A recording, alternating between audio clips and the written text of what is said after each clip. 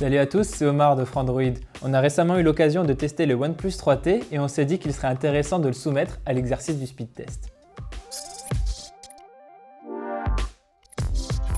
Le OnePlus 3T est équipé d'un Snapdragon 821, le dernier SoC de Qualcomm.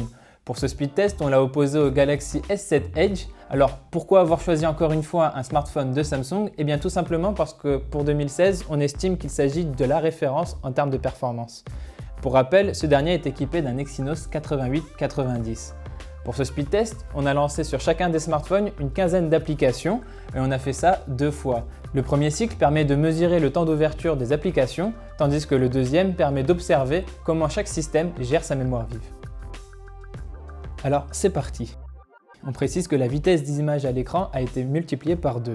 On peut voir assez rapidement que le OnePlus 3T prend une petite longueur d'avance sur son concurrent, mais une fois la rangée des applications basiques passée, il met un peu de temps à lancer Subway Surf, le premier jeu du speed test. Il ne perd cependant pas son avance et reste devant le Galaxy S7 Edge, mais seulement d'une courte tête. Les choses commencent à se corser pour le smartphone de Samsung sur les applications plus volumineuses. Ce dernier est occupé à ouvrir Adobe Photoshop Mix, tandis que son adversaire en a déjà terminé avec Spotify, la 12e application du lot. Le OnePlus 3T termine le premier cycle en 1 minute et 5 secondes avec 5 applications d'avance sur le Galaxy S7 Edge. Sur le second cycle, l'écart s'accentue de manière assez impressionnante. Le OnePlus 3T n'a pas besoin de relancer chaque application, contrairement à son concurrent.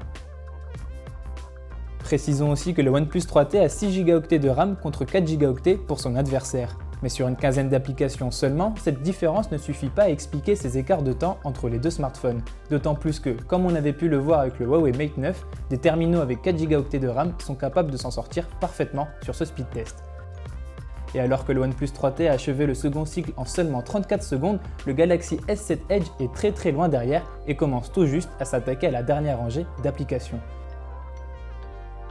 Ce dernier met ainsi 1 minute et 28 secondes à terminer le deuxième cycle, c'est presque le double du temps du OnePlus 3T. Ce speed test permet de voir que le OnePlus 3T est très bon dans sa gestion de la mémoire vive. On vous invite à votre tour à le tester, mais soyons fous, sur une quarantaine d'applications, il serait intéressant de voir si les 6 Go du smartphone s'en sortent dans de telles conditions. Si vous voulez en savoir plus sur le OnePlus 3T ou sur le Samsung Galaxy S7 Edge, n'hésitez pas à jeter un œil sur notre chaîne YouTube ou sur notre site Frandroid et à laisser des commentaires. Et nous on se dit à bientôt dans une prochaine vidéo.